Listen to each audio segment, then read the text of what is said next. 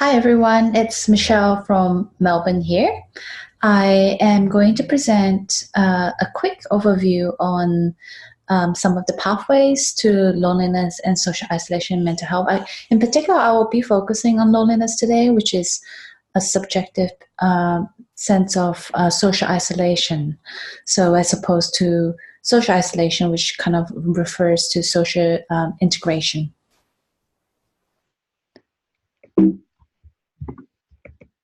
Okay, so the first question here is why are there high rates of loneliness in people with mental ill health? And when I say mental ill health, in this case, I refer to mental health on the continuum. So you do not have to have a clinical disorder, but things like social anxiety, depression, and paranoia all exist in the continuum.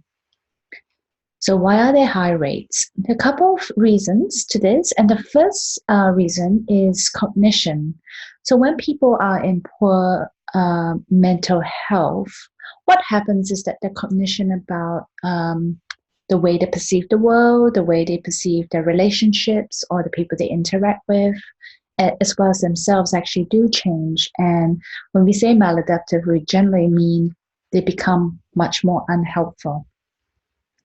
And when people are in poor mental health, what happens is that their cognition about all of these things do change.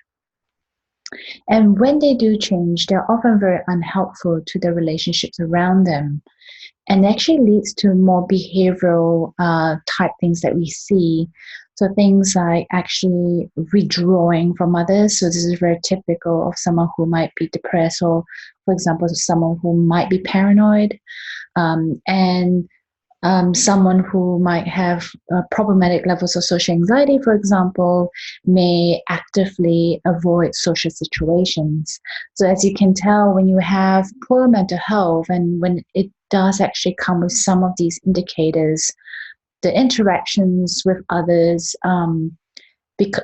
actually do deteriorate and actually probably leads more to actual social isolation. So actually not being around others and not being able to develop those meaningful relationships. The third point really relates to societal discrimination. And as much as there's a lot of education around poor mental health or mental illnesses, for example, we still constantly battle discrimination from people who do not understand these health conditions. And especially for people with serious mental illness, there's a non-acceptance by peers. And the last one, and this is not a complete list, this is just a few reasons why this might be the case. So the last one is internalized stigma. So what we mean is actually the person themselves who have poor mental health, they themselves don't accept themselves and they perhaps might think that they're not worthy of friendships or relationships and hence may invest less in those things. The next question here is what those pathways are. And we just want to draw your attention to particular things. But for those of you who don't know, we did a national study of Australians and loneliness last year. And we found that 1 in 4 Australians, regardless of gender, actually report very problematic levels of loneliness. And in this data, we had about 1,700 Australians across the nation. And this is what we found in terms of I guess, loneliness and particular mental health symptoms. So in this case, we're looking at depression and social anxiety. So what we did find was if you were lonely, you actually were more likely to experience depression by 15.2%. But we also kind of looked at the other way around. So if you were actually depressed, you were then more likely to feel lonely by 10.6%. So in this case, we kind of looked at the direction across either of those constructs. Very similarly as well, we look at the green blue arrows here. Loneliness increases the likelihood of experiencing social anxiety by 13.1%, and the other way around as well. If you were already really anxious about your social interactions, then you're also more likely going to feel lonely.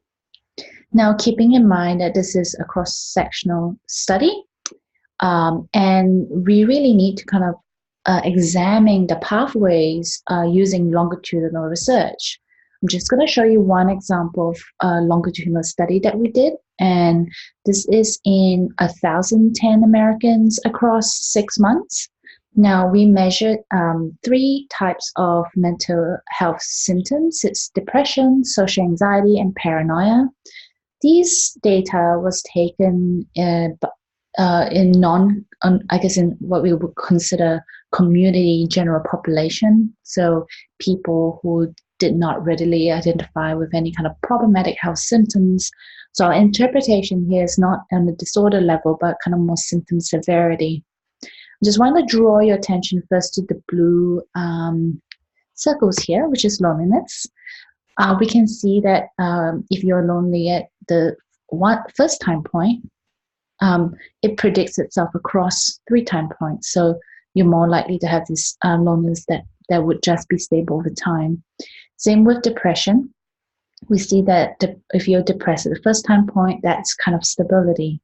We don't see that trend with social anxiety or paranoia, which suggests that these may fluctuate a lot more across the 6-month period. What we do see here, for example, is loneliness at the earlier time point will predict you to be more depressed, more socially anxious, and more paranoid at a later time point. Now, we do see very known relationships, so depression actually predicts high levels of social anxiety here. And you can see that in this case, we were looking at what does loneliness predict.